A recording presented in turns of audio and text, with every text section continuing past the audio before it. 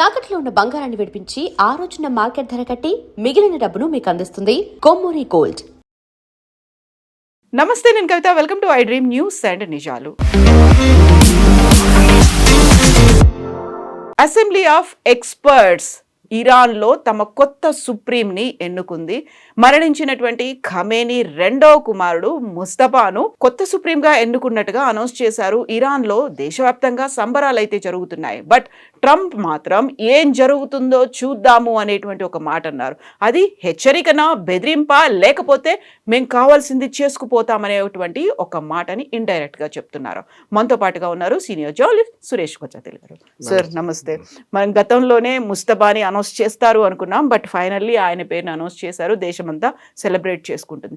But Trump is not happy. ఆ మాట అయితే ఏం జరుగుతుందో చూద్దాం ఎందుకంటున్నారు అలా? ఈ యుద్ధం మొదలైనప్పుడు కవిత గారు, ఇజ్రాయెల్కి చాలా క్లియర్ ఉండే వాళ్ళ ఆబ్జెక్టివ్స్ ఏంటనేది. ఎప్పుడైనా ఏ యుద్ధం జరుగుతాయి మొదలైనప్పుడు, యుద్ధం మొదలైనప్పుడే మన ఒక ఆబ్జెక్టివ్ ఉంటుంది. ఏంటి, మనం ఆపరేషన్ సింధూర్ మొదలుపెట్టినప్పుడు పాకిస్తాన్లో ఉన్న టెర్రరిస్ట్ క్యాంప్ని కొట్టాలని మన ఆబ్జెక్టివ్ ఉండే. పాకిస్తాన్ ఆర్మీని కొట్టడానికి కాదు, ఎయిర్ ఫోర్స్ కొట్టడానికి కాదు, వాళ్ళని కొట్టాలి.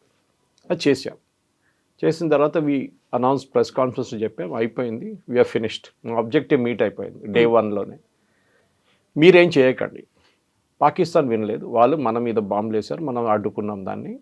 3వ రోజు మనం వాళ్ళ మీద దాడి చేసాం. వాళ్ళ బంకర్లు, రన్వేలు, వాళ్ళ అవాక్స్ ఉన్న ప్లేస్లు, వాళ్ళ హ్యాంగర్లు అన్నీ మనం కొట్టాం, ఇంక్లూడింగ్ కిరాణా హిల్స్ వాళ్ళ న్యూక్లియర్ కమాండ్ పోస్ట్ దగ్గర. సో ఒక ఆబ్జెక్టివ్ ఉండే మోదీ గారి ముందు, that this is going to be my final game అని.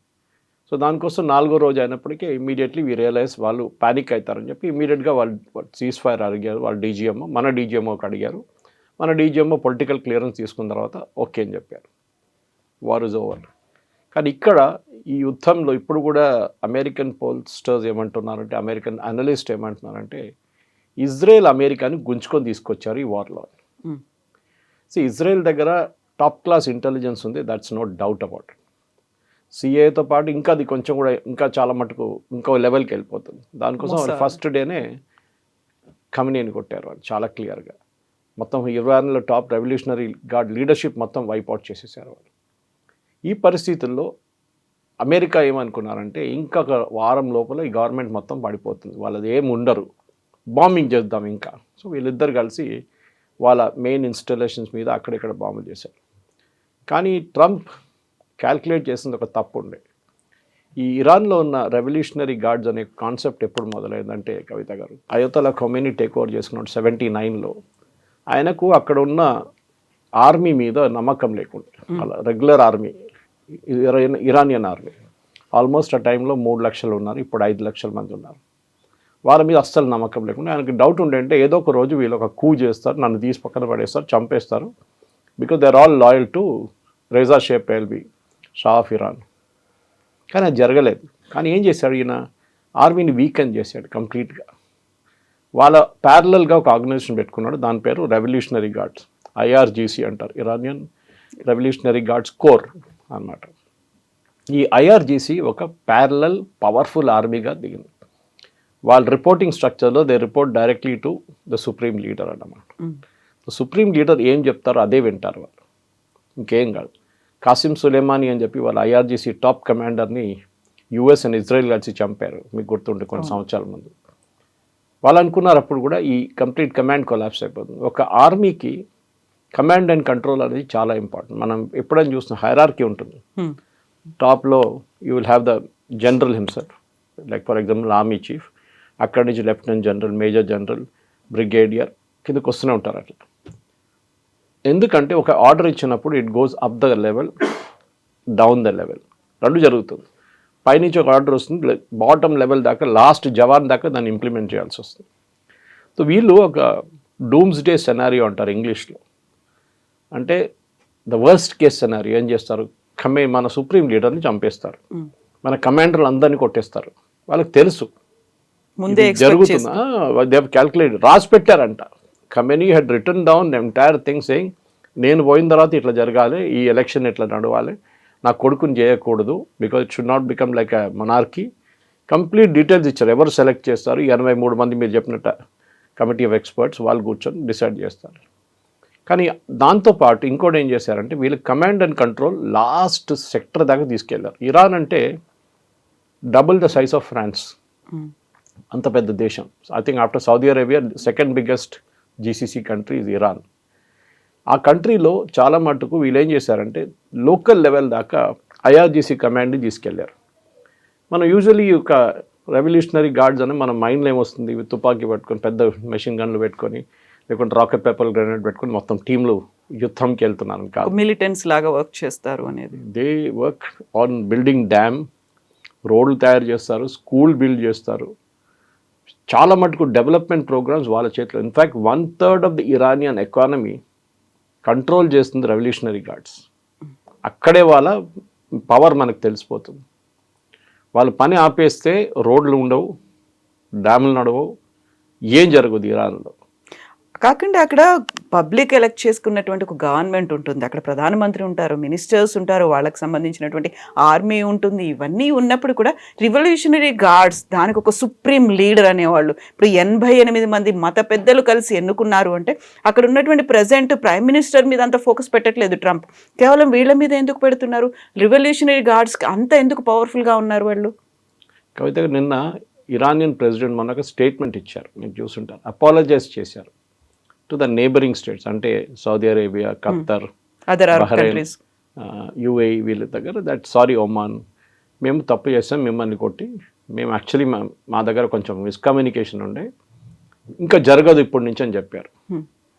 With in half an hour ఆయనకు ఆ స్టేట్మెంట్ విత్డ్రా చేయాల్సి వచ్చింది. అంటే అంత పవర్ వచ్చింది, తీసుకొచ్చారు రెవల్యూషనరీ గార్డ్స్ అని. మీరెవరు ఈ స్టేట్మెంట్ ఇవ్వడం? ఆలోచించాను, ఈ ద ప్రెసిడెంట్ పెర్షిఖాన్, బట్ ఆయన మీద ప్రెషర్ పెట్టారు. ఆయన ఏమన్నారు, నేను ఆ స్టేట్మెంట్ విత్డ్రా చేస్తున్నాను, but we will hit America wherever it is or Israel wherever they are. So మీరు యుఏఈలో అటాక్ చేసినప్పుడు మీరు దుబాయ్ ఎయిర్పోర్ట్ ఎందుకు అటాక్ చేస్తున్నారు? అమెరికా అక్కడ లేదు కదా. నిన్న ఇంకొక అటాక్ కూడా జరిగింది దుబాయ్ ఎయిర్పోర్ట్ మీద. పామ్ జుమరీ అటాక్ చేశారు, ఎందుకు అటాక్ చేస్తున్నాం? అక్కడ ఒక హోటల్ అటాక్ చేశారు. బహ్రెయిన్లో చాలా మటుకు అక్కడ ఉన్న సివిలియన్ ఇన్ఫ్రాస్ట్రక్చర్ మీరు కొట్టారు. డీసాలినేషన్ ప్లాంట్స్ కొడుతున్నారు. ఇది చాలా ఇప్పుడు ఎట్లయిపోయిందంటే ఈ యుద్ధం ఎక్స్పాండ్ అయిపోయింది కంప్లీట్గా. ఇది ట్రంప్ ఆలోచించలేదు. నెటన్యాహు ప్రాబ్లం లేదు. నెటన్యాహుకి ప్రిన్సిపల్ సర్వైవల్, వాళ్ళకు కూడా ఇదే ఇష్యూ. ఇరాన్లో సర్వైవల్ అంటారు చూడండి, ఇజ్రాయెల్ కూడా అదే. వీ హ్యావ్ టు సర్వైవ్, మేము మాకు బతికి ఉండాలి ఎట్లయినా, we have to survive some also, we will fight till the last man. అది ఇజ్రాయెల్ పాలసీ. ఇటువైపు ఇరాన్ కూడా అంతే.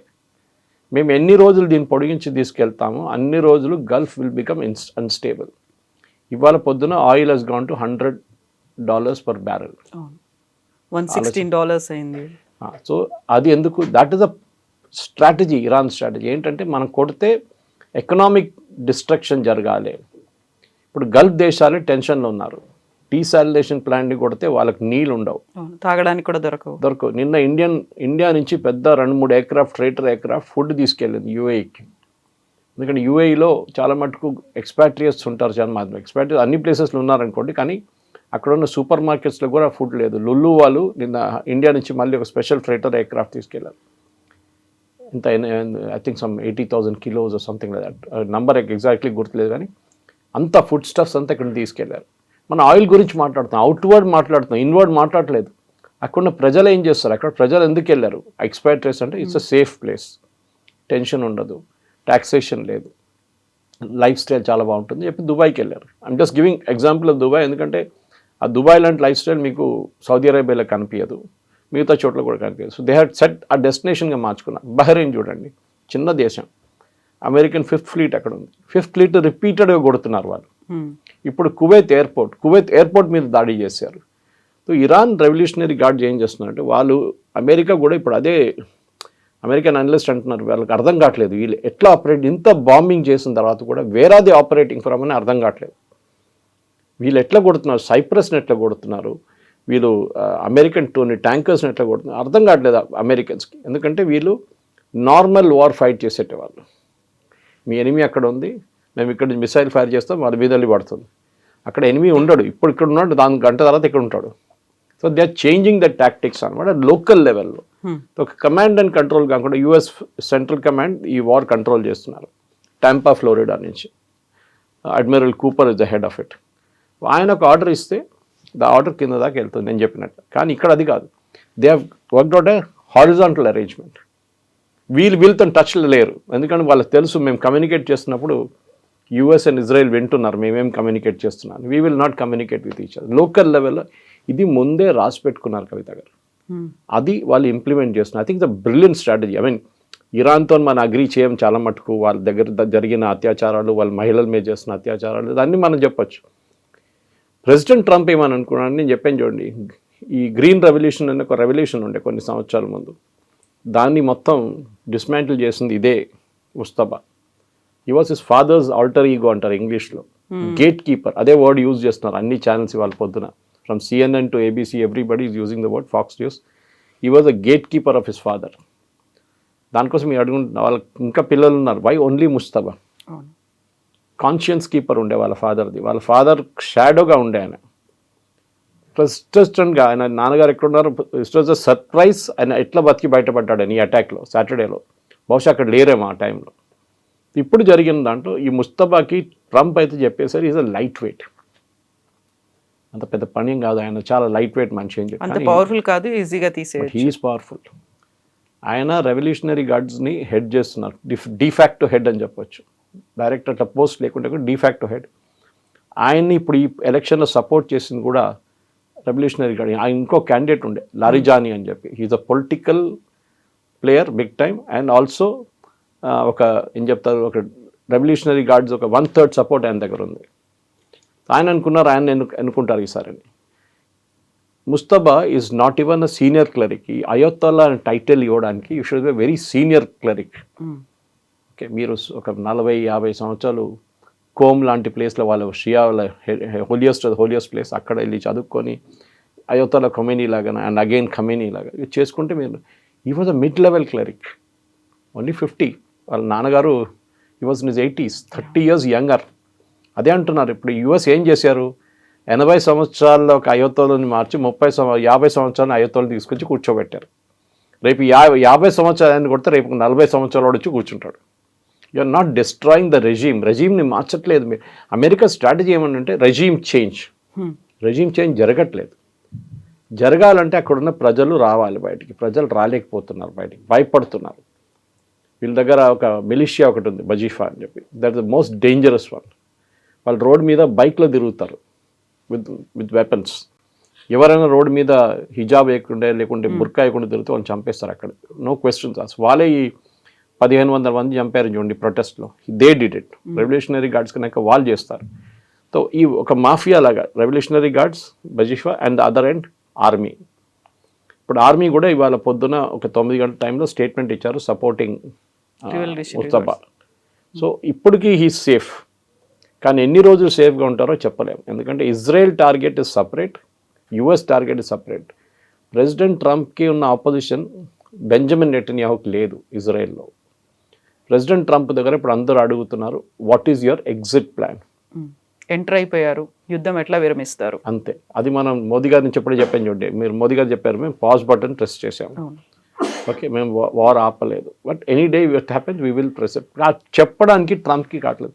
ఒక వారం అయిపోయింది, 2 వారాలు ఉంటాయి తెలియదు, 3 వారాలు. ఆల్రెడీ అమెరికాలో 6 మంది మార్టల్ రిమైన్స్ని తీసుకొచ్చారు, చాలా ఎమోషనల్ సెరమనీ ఉండేది. 7 అయింది నిన్న రాత్రి దాకా, ఇవాళ పొద్దున 1 more person డైడ్, 8 అయింది. ఈ నంబర్లో ఇంక్రీజ్ అయ్యకుంటే వెళ్తే ప్రెసిడెంట్ ట్రంప్కి చాలా పెద్ద పొలిటికల్ సెట్ బ్యాక్ రాబోతుంది. ఆల్రెడీ అందులో చాలా ప్రాబ్లంలు ఉన్నారు, మీరు ఎగ్జిట్ చేయలేకపోతున్నారు. మీ ఆబ్జెక్టివ్ ఏంటి? ఇప్పుడు అంటున్నారు మేము స్పెషల్ ఫోర్సెస్ని పంపిస్తాం, ఇరాన్లో పంపించి వాళ్ళ యురేనియం అసెట్స్ని పట్టుకుంటాం. It is most riskiest thing. ఎందుకంటే ఇరానియన్స్ ఏం చేస్తారు చెప్పండి, దే విల్ డెస్ట్రాయ్ ఇట్. వాళ్ళు ఏం చేస్తారంటే వాళ్ళ యురేనియం తీసుకెళ్ళి ఇంకెక్కడ పడేస్తారు. డర్టీ బాంబ్ అంటారు దాన్ని ఇంగ్లీష్లో. మనం దీనికన్నా ముందు చూసాం, న్యూయార్క్లో ట్రై చేశారు ఒకసారి ఒక డర్టీ బాంబ్ ఇట్లనే. రేపు అది మళ్ళీ జరగవచ్చు. అమెరికాకి చాలా department of homeland security top అలర్ట్లో ఉన్నారు దీనికోసం. ఇంత పాపులేషన్ ఉన్న ఒక అమెరికన్ సిటీలో వెళ్ళి ఈ డర్టీ బాంబ్ వేసేస్తే ఏదైనా జరగవచ్చు రేపు. సో మీరు ఒక ఎగ్జిట్ ప్లాన్ లేకుండా వార్లో ఎంటర్ అయ్యారు. నెటన్యాహు చెప్పిన మాటలు విని మీరు వెళ్ళారని చెప్పి అమెరికాలో ప్రెసిడెంట్ ట్రంప్ వ్యతిరేకంగా చాలా పెద్ద పుష్ బ్యాక్ నడుస్తుంది. అదే టైంలో ఇరాన్లో కొత్త లీడర్ వచ్చారు. ఇప్పుడు ఇవాళ ఏంటి ట్రంప్ రెస్పాన్స్ అని చూడాలి. ఇంగ్లీష్లో అంటారు డెడ్ మ్యాన్ వాకింగ్ అంటారు. సో ఆయన ఎవరో కామెంటేటర్ చెప్పారు, I think it again Fareed Zakaria who said it, that Mustafa is a dead man walking. టార్గెట్లో ఉన్నారు, ఆయనకు తెలుసు. అండ్ పాసిబిలిటీ ఆయన కూడా రాసి పెట్టుంటారు, నేను నన్ను కొడితే నువ్వు మీరు ఇది చేయాలని చెప్పేసి. నెక్స్ట్ సో ఇక వార్ ఏమైపోయిందంటే ఇది ఒక ఎండ్ లేకుండా అయిపోయింది. దీనికి ఎట్లా ఎండ్ చేయాలని ఎవరికి అర్థం కావట్లేదు. కంప్లీట్ డిస్ట్రక్షన్ ఆఫ్ ఇరాన్ అంటున్నారు. మీరు కంప్లీట్ డిస్ట్రక్షన్ ఆఫ్ ఇరాన్ చేస్తే అక్కడున్న ప్రజలు మీ వ్యతిరేకంగా వచ్చేస్తారు. మీరు వాళ్ళని కూడా కొడుతున్నారు. You should hit the regime కొట్టే బదులు మీరు పెట్రోల్ ట్యాంక్స్ డిస్ట్రాయ్ చేస్తున్నారు. వాళ్ళకి ఫ్యూయల్ లేదు. ఏం చేస్తారు ఫ్యూయల్ లేకుండా? ఎలక్ట్రిసిటీ సప్లైస్ కట్ అయిపోతున్నాయి. ఎవరు సఫర్ అవుతారు? వాళ్ళు ఉన్న పెద్ద పెద్ద వాళ్ళు they will enjoy with generators. ఈ ప్రజలు ఏం చేస్తారు? అక్కడ ప్రజలు ఇప్పుడు అమెరికా వ్యతిరేకంగా మాట్లాడుతున్నారు. And America has last that initial ఒక సక్సెస్ ఉండే చూడండి ఫస్ట్ 2 daysలో, అది ఇప్పుడు పోయింది కంప్లీట్గా. సో ఇప్పుడు ముస్తఫా వచ్చిన తర్వాత అయితే వాళ్ళు సెలబ్రేషన్స్ చేసుకుంటున్నారు, వాళ్ళు ఎంకరేజ్ చేసినట్టుగా కనిపిస్తుంది. బట్ ట్రంప్ ఆయన ఏమవుతుందో చూద్దాము అనుకున్న తర్వాత ఇప్పటికీ జరుగుతున్న దాన్ని బట్టి చూస్తే హ్యాపీగా లేరు. నేనే సెలెక్ట్ చేస్తాను, నెక్స్ట్ ఎవరు ఉంటారు అనేది ఒక మాట చెప్పిన తర్వాత సో ట్రంప్ హ్యాపీగా లేడు. అక్కడేమో సెలబ్రేషన్స్ అవుతున్నాయి, దాన్ని వాళ్ళు డైజెస్ట్ చేసుకోలేకపోతున్నారు. నెక్స్ట్ ఏం జరుగుతుంది అనేది ట్రంప్ నెక్స్ట్ స్టెప్ ఏం చేస్తాడు ట్రంప్కే తెలియదు. నేను చెప్పాను చూడండి, నెటన్యాహు ఇస్ వెరీ క్లియర్. ఆయన ఆబ్జెక్టివ్ మాట్లాడట్లేదు అస్సలు. అంటే ఈ ఫినిష్ ఆఫ్ ఇరాన్. వాళ్ళు సరే అమెరికాతో కోఆర్డినేట్ చేసే బాంబింగ్ చేస్తారు, అదైతే ఉంది. మ్యాక్సిమం బాంబింగ్ ఇజ్రాయెల్ చేస్తున్నారు. మొన్న ఐఆర్జీసీ కాంపౌండ్, వీళ్ళ సుప్రీం లీడర్ కాంపౌండ్ చనిపోయారు చూడండి సాటర్డే. ఖమ్నీ కాంపౌండ్ని మళ్ళీ మండే ట్యూస్డే రోజు మళ్ళీ కొట్టారు. బంకర్ కొట్టారంట. అంటే వాళ్ళకి అర్థమైపోయింది బంకర్లో కూడా ఎవరెవరు ఉన్నారు ఇంకా అని. ద బంకర్ లోపల వెళ్ళలేకపోయాడు ఆ టైంలో బాంబింగ్ జరిగినప్పుడు. So but not to be used again, దాన్ని మళ్ళీ వాడకుండా ఉండడానికి మళ్ళీ దాన్ని బంకర్ని మళ్ళీ వెళ్ళి కొట్టారు. 50 ఎయిర్క్రాఫ్ట్ పార్టిసిపేట్ చేశారు ఈసారి. ఫస్ట్ టైం 200 ఉండే సాటర్డే రోజు. సో కన్సిస్టెంట్గా, ఎందుకంటే నేను ఈ నోట్స్ రాసుకుంటున్నప్పుడు కూడా ఎవరైనా చెప్తున్నాడు నేను నోట్ రాసుకుంటున్నాను ఏదో టెలికాస్ట్ వింటున్నప్పుడు. ఎందుకంటే అమెరికన్ పబ్లిక్ ఒపీనియన్ స్లోలీ కాదు, చాలా ఫాస్ట్గా ట్రంప్ వ్యతిరేకంగా వెళ్తుంది. ట్రంప్ ఇంకా కొన్ని రోజులు ఇంకా పొడిగించలేడు. ఎందుకంటే అమెరికన్ కాంగ్రెస్ దగ్గర అప్రూవల్ తీసుకోవాల్సి వస్తుంది. ఒక యుద్ధం అనగానే the Congress has to approve, not the president. Congress దగ్గర ఇప్పుడు వెళ్తే ఏం చేస్తారు? ముందొక ఓట్ జరిగింది, దాంట్లో నారోలీ ఎస్కేప్ అయిపోయారు 6 ఓట్లతోని. నెక్స్ట్ రాబోతుంది ఇంకొక వారం తర్వాత, దాంట్లో ఏం చేస్తారు? స్లోలీ పబ్లిక్ ఒపీనియన్ మూవ్ అయిపోతుంది. మనం ఎందుకు వెళ్ళాము ఈ యుద్ధంలో చెప్పండి ట్రంప్. ఆన్సరబిలిటీ అనేది Israel has got a reason. మేము మా మీద న్యూక్లియర్ బాంబ్ పడేస్తారు రేపు, మాకు తెలుసు. So we're going after Iran. Fine, they got the reason. What about America? మీకేంటి? మీరు చెప్పలేరు కదా. మీరేమన్నారు? ట్రంప్ ఏమన్నారంటే లాస్ట్ జూన్లో జరిగిన బాంబింగ్లో B2 బాంబర్స్ యూజ్ చేశారు. We have completely destroyed the Iranian nuclear facility. వాళ్ళ బ్యాలిస్టిక్ ఫెసిలిటీని కూడా కొట్టని చెప్తున్నారు. Within matter of 8 months Iran ఎట్లా రికవర్ చేశారు? మళ్ళీ మీరు అంటున్నారు ఇరాన్ మళ్ళీ రెజ్యూమ్ చేశారు, వాళ్ళు ప్యూరిటీ లెవెల్ పెంచేసుకుంటున్నారు, they coming close to the bomb level. అంటే your B2 did not work. మీరు జూన్లో చెప్పింది అబద్ధం.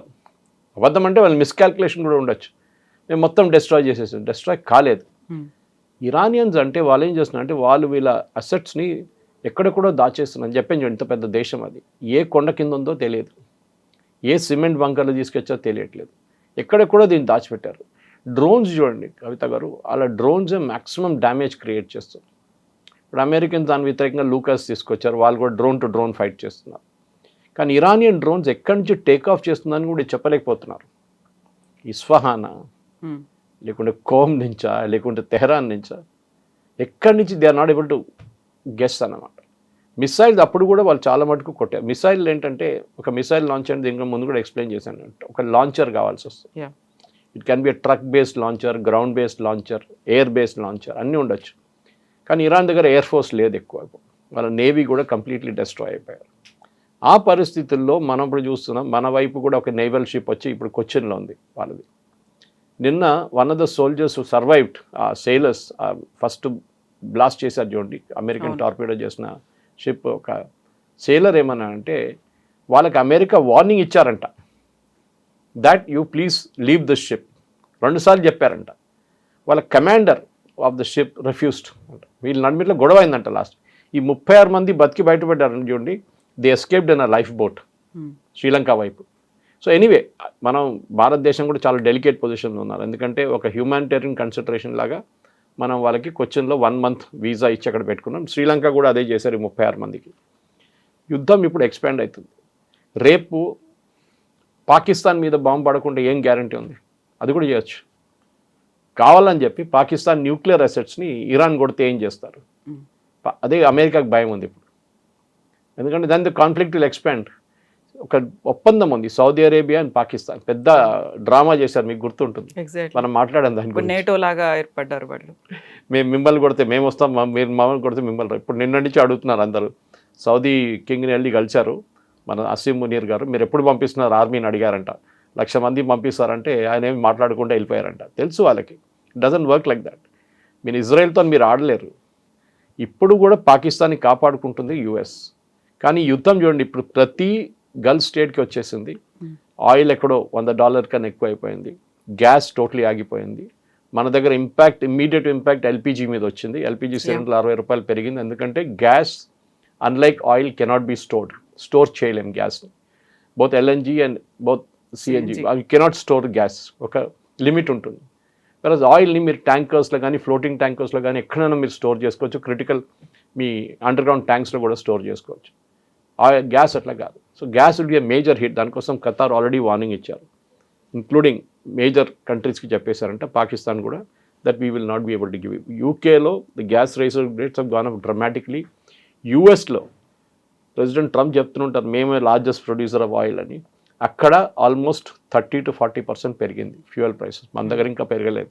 ఎగ్జాక్ట్లీ. ఇప్పుడు లెబనాన్ మీద కూడా ఇజ్రాయెల్ అటాక్స్ చేస్తుంది. అక్కడ ఉన్నటువంటి ఇరాన్లో ఆయిల్ రిఫైనరీస్ మీద కూడా అటాక్ చేస్తుంది. అక్కడ హ్యూజ్ పొల్యూషన్ వస్తున్నాయి, ఫ్లేమ్స్ అనేవి ఉన్నాయి. ఇవన్నీ ఉన్న తర్వాత అక్కడ ఎన్విరాన్మెంట్కి ఇంపాక్ట్ పడుతుంది. ఎకనామికల్గా, ఫైనాన్షియల్గా ప్రతి చోట ఇంపాక్ట్ అనేది ఉంది. But who has to intervene? మధ్యలో ఎంటర్ అవ్వాల్సిన అవసరం, పరిస్థితులు ఉన్నాయా లేదా? ఎందుకని ప్రతి చోట ఈ ప్రభావం అనేది ప్రతి దేశంలో కనిపిస్తూ ఉన్నప్పుడు యునైటెడ్ నేషన్స్ ఏం చేస్తుంది అనేటువంటి question mark. UN debating society, United nations ఏం చేయలేరు. Nobody will listen to you. Even మనం కూడా పట్టించుకోము యుఎన్ పక్కన పెట్టవచ్చు మనం. ఎందుకంటే వాళ్ళు ఒక డిబేటింగ్ సొసైటీ లాగా మారిపోయారు. Trump that way is correct. UN should be disbanded. Anyway, ఈ యుద్ధం ఆపాలంటే ఎవరు ఆపాలి? ఎవరు మొదలు పెట్టారు? US and Israel. ఇజ్రాయెల్ ఆపరు. Israel end objective is complete destruction of Iranian regime. వాళ్ళ రెజీమ్ని మొత్తం ధ్వంసం చేయాలి. వాళ్ళ దగ్గర ఉన్న న్యూక్లియర్ అసెట్స్ కంప్లీట్గా ధ్వంసం చేయాలి. వాళ్ళ దగ్గర ఉన్న మిస్సైల్ అండ్ మ్యానుఫ్యాక్చరింగ్ కెపాసిటీని ధ్వంసం చేయాలి. వాళ్ళు స్టెప్ బై స్టెప్ వెళ్తున్నారు. అమెరికాకి ఐడియా లేదు. అమెరికా ఇజ్రాయెల్ని ఫాలో చేస్తున్నారు. ట్రంప్ ఫోన్ చేసి నెతన్యాహు ఇవాళ కూడా అన్నారు, Netanyahu is a great man, Netanyahu is that, Netanyahu is this. ఆయన దేశం చూసుకుంటున్నాడు. ఆయన దేశంలో ఆయన కొంచెం వ్యతిరేకత ఉందనుకోండి, కానీ అంత వ్యతిరేకత ట్రంప్ వ్యతిరేకంగా ఉన్న అంత లేదు అక్కడ. బట్ ఇజ్రాయలీస్కి తెలుసు, చాలామంది చనిపోయారు. ఆల్మోస్ట్ 30 నుంచి 40 మంది చనిపోయారు. Even the band any news. Gulf nations ban చేస్తున్నారు న్యూస్. ఎందుకంటే ఎవరు దీని గురించి వీడియోలు పెట్టకూడదు. వీడియోలు పెడితే మొన్న ఖతార్లో 43 మందిని అరెస్ట్ చేశారు, ఇంక్లూడింగ్ మెనీ ఇండియన్స్. ఈ వీడియో పోస్ట్ చేస్తున్నాం, అది జరిగింది, ఇక్కడ బ్లాస్ట్ జరిగింది, అక్కడ. మన వాళ్ళు అది ఎక్స్పర్ట్స్ కదా దాంట్లో. సో ఒక ప్యానిక్ రాకుండా ఉండడానికి ట్రై చేస్తున్నారు. ఇప్పుడు ప్యానిక్ ఆల్రెడీ సెట్ అయిపోయింది. దుబాయ్ లాంటి ప్లేస్లో ప్యానిక్ చాలా మటుకు సెట్ అయిపోయింది. ఎందుకంటే ఇట్స్ అ కమర్షియల్ సెంటర్. బహుశా మీకు ఖతార్లో అంత కనిపించదు. నిన్న Qatar ఎమీర్ has spoken to president Trump, మీరు యుద్ధం ఆపండి. కానీ ట్రంప్ చెప్పారంటే నాకే తెలియదు ఎట్లా ఆపాలని. ఎందుకంటే ఒకసారి మొదలైపోయింది. ఇప్పుడు మేము ఆపితే ఏమి ఇరాన్ ఏమంటారు, మేము గెలిచేసాము, we have won the war, we defeated America. అది ఒక ఈగో ప్రాబ్లం ట్రంప్కి. సేమ్ థింగ్ ఇరాన్ అంటారు, రేపు మేము న్యూక్లియర్ మళ్ళీ మొదలు పెడుతున్నామని. ఏం చేస్తారు? ఇంకోసారి బాంబింగ్ చేస్తారా వెళ్ళి? మీరు ఎంత బాంబింగ్ చేస్తారు? మీరు చెప్పారు చూడండి, తెహరాన్ బాంబ్ చేస్తారు. కంప్లీట్ తెహరాన్లో మీరు రాత్రి కొన్ని వీడియోలు చూసుంటారు. కార్లు పోతున్నాయి, రోడ్ సైడ్ నుంచి ఉన్న సువర్స్ నుంచి బయటికి ఫ్లేమ్స్ వస్తున్నాయి. ఎందుకంటే ఈ ఆయిల్ అంతా, కొట్టిన ఆయిల్, పెద్ద పెద్ద ట్యాంకర్ ఆయిల్ అంతా సువర్కి వెళ్ళిపోయింది, డ్రైనేజ్కి వెళ్ళిపోయింది, అండర్ గ్రౌండ్. అక్కడ మంట పట్టుకుంది. అది ఆలోచించారు, మీ కింద నుంచి కూడా బ్లాస్ట్ కావచ్చు, మీ ఇల్లు కూడా. అట్లాంటి పరిస్థితులు ఉందన్నమాట అక్కడ. అదే టైంలో హైఫాని కొట్టారు. ఇజ్రాయెల్లో ఉన్న హైఫా టౌన్ని, అక్కడ మన అదానీ ప్రాజెక్ట్ ఒకటి ఉంది అక్కడ, దాన్ని కొట్టారు నిన్న ఇరాన్. హెజ్బుల్లా వాళ్ళు అక్కడి నుంచి కొడుతున్నారు దాన్ని. సో వాళ్ళు చూసుకుంటున్నారు. హెజ్బుల్లా వైపు నుంచి, బేరూట్ నుంచి గ్రౌండ్ ఫోర్సెస్ పంపించి Israel is handling it well. Problem is Middle East. Middle ఈస్ట్లో దీన్ని ఎట్లా ఆపాలంటే వీళ్ళకి ఇప్పుడు అర్థం కాదు. మీరు ఇంకొక వారం కొట్టినా కానీ కవిత గారు doesn't look like Iran will stop. Iran దగ్గర ఎక్కడో వాళ్ళ ఆయుధాలు దాచిపెట్టారు, వాళ్ళు కొడుతున్నారు, వీళ్ళు డిస్ట్రాయ్ చేస్తున్నారు, అంతా కరెక్టే. కానీ ఇక్కడ మళ్ళీ కొంతమంది అంటారు 50,000 అంటారు, కొంతమంది 60,000 అంటారు, కొంతమంది 70,000 డ్రోన్లు ఉందంటున్నారు. బహుశా అదే ఉండొచ్చు. సరే, నంబర్స్ పడిపోయింది అనుకోండి. ఫస్ట్ అటాక్ నుంచి 80% ఉన్నది, ఇప్పుడు 20%కి వచ్చింది. కానీ now they are using it judiciously. అంటే కావాలని చెప్పి టార్గెటెడ్ చేసి కొడుతున్నారు వాళ్ళు. అలుబెద్ బేస్ని ఖతర్ని ఎన్నిసార్లు కొట్టారు? 6 సార్లు కొట్టారు ఇప్పుడు దాకా. కువైత్ని కొట్టారు, 5th ఫ్లీట్ కొట్టారు బహ్రెయిన్లో, మనామాలో ఇరాన్. సో ప్రతి చోట వాళ్ళు సౌదీని కూడా ఇవ్వట్లేదు. వాళ్ళు సౌదీ రిఫైనరీ మీద కొడుతున్నారు. వాళ్ళ ఎకనామిక్ బీయింగ్ని కంప్లీట్గా డిస్ట్రాయ్ చేస్తున్నారు. ఇప్పుడు కొంతమంది అనలిస్ట్ ఏమంటున్నారంటే మిడిల్ ఈస్ట్ దీని నుంచి బయటపడ్డా కానీ ఇంకో 10 సంవత్సరాలు తీసుకుంటారు నార్మల్ సిచ్యువేషన్కి రావడానికి. కువైత్ మీకు గుర్తుంటుంది, సద్దాం హుసేన్ ఇన్వైట్ చేసినప్పుడు, కువైత్లో వార్ జరిగినప్పుడు కువైత్ బయటికి రావడానికి ఆల్మోస్ట్ 15 సంవత్సరాలు పట్టింది దాన్ని రికవర్ చేయడానికి. ఈ ఇరాన్ ఇరాక్ వార్లో కూడా ఇదే జరిగింది. అక్కడ కూడా చాలా మటుకు రెండు వైపులు డ్యామేజ్ జరిగింది. ఇరాన్ ఇరాక్ వార్ చెప్పిన గుర్తొచ్చింది నాకు కవిత గారు. Mustafa was one of the leading players in that. ఆయన దాంట్లో అఫ్కోర్స్ ఆర్మీతో వెళ్ళి ఫైట్ చేశారు ఆయన. Even though was a cleric, ఒక ముల్లాలాగా ఉన్న మనిషి కూడా తుపాకీ తీసుకొని వెళ్ళాడంట అక్కడికి ఫైట్ చేద్దామని చెప్పి. ఇరాక్ 10 సంవత్సరాలు నడిచింది ఆ యుద్ధం, Saddam Hussein and Iran. So ఆ టైంలో ఇరాన్ని సపోర్ట్ చేయలేదు ఎవరు లేకుండే, ఇరాక్ని కూడా ఎవరు సపోర్ట్ చేయలేదు. సపరేట్ వాళ్ళే కొట్టుకున్నారు. Other nations did not get involved. ఈసారి అందరు ఇన్వాల్వ్ అయిపోయారు. ఖతార్ ఎకానమీ ఎక్కడ పోయింది చూడండి. ఎప్పుడు అడగండి, ఖతార్ గ్యాస్ లేకుంటే వాళ్ళు they cannot do anything. Strait of Hormuz close చేశారు. వీళ్ళేమంటున్నారు, మేము షిప్స్ అలౌ చేస్తున్నాం. అలౌ చేయట్లేదు ఇరాన్ ఇప్పుడు. రెవల్యూషనరీ గార్డ్, నేను చెప్పాను చూడండి, వాళ్ళ ప్రెసిడెంట్ స్టేట్మెంట్ ఇచ్చేయంగానే Revolutionary Guard said who is he, ఆయన ఎవరు చెప్పడానికి మాట, who is he to apologise to America, nothing doing, withdraw అని చెప్తే విత్డ్రా చేసుకున్నారు. స్ట్రేట్ ఆఫ్ హార్మూజ్ కూడా అంతే. స్ట్రేట్ ఆఫ్ హార్మూజ్ కంట్రోల్ చేస్తుంది రెవల్యూషనరీ గార్డ్స్, ఆర్మీ కాదు, నేవీ కాదు. సో ఈ పరిస్థితుల్లో ఇంకా ప్రతిరోజు వీఆర్ కౌంటింగ్ ఇంకొన్ని రోజులు ఉంటుంది, ప్రతిరోజు డ్యామేజ్ అంతా జరుగుతుంది అనేది. ఎందుకంటే damage is not just food లేకుండానో లేకుంటే నీళ్ళు, డీసాలినేషన్. కొన్ని గల్ఫ్ కంట్రీస్ 80 నుంచి 90% ఈ డీసాలినేషన్ ప్లాంట్స్ మీద ఉన్నారు. నిన్న ఇరాన్ ఒక డీసాలినేషన్ ప్లాంట్ మీద కొట్టారు, వాళ్ళ డీసాలినేషన్ ప్లాంట్ మీద ఇజ్రాయెల్ కొట్టారంట. సో వాళ్ళు ఇంకో దేశం మీద కొట్టేశారు. That is going to be danger. ఎందుకంటే నీళ్ళు లేకుంటే ప్రజలు బతకలేరు. మీరు ఫుడ్ లేకుండా కొన్ని రోజులు ఉండొచ్చు, కానీ నీళ్ళు లేకుండా మీరు ఉండలేరు. అండ్ ఈ ఎకనామిక్ అసెట్స్ని కొడుతున్నారు ఇరాన్, ఇంకా చాలా క్యాల్కులేటెడ్గా కొడుతున్నారు. ఇప్పుడు కూడా కొంతమంది ఆర్ట్ ఆఫ్ వార్ చదువుతున్నారు. నేను బీబీసీలో చూశాను, Sun Tzu the Art of War book నుంచి తీసి దాని నుంచి ఫిలాసఫీస్ చెప్తున్నారు. ఎగ్జాక్ట్లీ ఇరాన్ అదే ఫాలో చేస్తున్నారు అని చెప్పేసి, చాణక్య నీతిలాగా. సో ఇది ఒక unconventional war. David versus Goliath అంటారు చూడండి, ఆ వార్లో పాసిబ్లీ ఈసారి కూడా అదే జరగవచ్చు, ఏది ముందు జరిగింది అట్లనే. Smaller player might win at the end of it. అట్లనే అనిపిస్తుంది ఇప్పుడు. ఇజ్రాయెల్ అయితే ఎడవరు, Israel will go all out, దాంట్లో డౌట్ లేదు. కానీ యూఎస్ పరిస్థితి ఉంది. ఎందుకంటే నేను ముందు కూడా చెప్పాను చూడండి, Israel is not answerable to anybody. వాళ్ళకి Knesset is given blanket cheque to Netanyahu, ఏం కావాలంటే చేసుకో అని చెప్పేసి. ట్రంప్కి అది కాదు, ట్రంప్కి కాంగ్రెస్ అప్రూవల్ లేదు, మిడ్ టర్మ్ పోల్స్ ఉంది, వాళ్ళ మెగా బేసు, ఫ్యూయల్ ప్రైసెస్ పెరుగుతాయి, నథింగ్ విల్ హ్యాపెన్ అన్నారు నిన్న కూడా. Nothing will happen, it is only short term అన్నారు. భారతదేశానికి పర్మిషన్ ఇచ్చారు కొనడానికి, కొంతమంది అన్నారు వీడెవడరు నాకు పర్మిషన్ ఇవ్వడానికి అని. ఆలోచించండి, ఇదే ట్రంప్ మన మీద 25% పెట్టామని మనిషి, సేమ్ పర్సన్, నేను ట్వీట్ కూడా చేశాను 28వ తారీఖు, that Trump will force us to buy. Exactly he will force us. ఎందుకంటే వరల్డ్లో China, India biggest consumers of oil. మన ఇద్దరు కలిస్తే ఆల్మోస్ట్ 40 నుంచి 50% ఆయిల్ పరిస్థితి మన దగ్గర ఉంటుంది, మనం కంట్రోల్ చేయొచ్చు అంటున్నారు చూడండి. రష్యా అంటున్నారు మేము గ్యాస్ ఇవ్వము యూరోప్కి, మమ్మల్ని సపోర్ట్ చేయలేదు, we will not give gas to Europe. భారతదేశానికి ఇస్తాం, మాకు ప్రాబ్లం లేదు, రేట్ కొంచెం పెంచాల్సి వస్తుంది 50 దాకా, no problem, we agree to that. Overland pipelines కూడా పంపిస్తా అంటున్నారు, అది కూడా ఉంది. సో మన దగ్గర situation is under control. Only thing jet fuel and kerosene ఇప్పుడు ఎక్కువ వాడట్లేదు, పీడిఎస్ సిస్టంలో లేదు, ఎందుకంటే ఎల్పీజీ మీద వెళ్ళిపోయారు. సో ఎల్పీజీ పెంచాల్సి వచ్చింది. బహుశా గవర్నమెంట్ ఇంకో వారం వెయిట్ చేసి ఇంకా పెరిగితే దాన్ని కస్టమ్స్ డ్యూటీ తగ్గించేస్తారు. సో ద ఎఫెక్ట్ ఉంది there. Petrol diesel already OMC companies last year చాలా లాభాలు సంపాదించుకున్నారు, అది వాళ్ళు ఈసారి they will take care of that అనమాట, ఆ క్వశ్చన్ ఉంటుంది. కానీ ఇదొక ముందుకెళ్తే బ్యారెల్ 110, 120కి వెళ్ళిపోతే దెన్ ఎంటైర్ చాలా దేశాల ఎకానమీ కంప్లీట్గా కొలాప్స్ అయిపోతుంది. మనం ఏషియా గురించి మాట్లాడుతున్నాం, మనం ఆఫ్రికా గురించి మాట్లాడలేదు. యూరోప్లో ఉన్న గ్యాస్ క్రైసిస్ మాట్లాడుతున్నాం, కానీ మన ఇండోనేషియా, ఫిలిప్పీన్స్ వైపు మాట్లాడలేదు.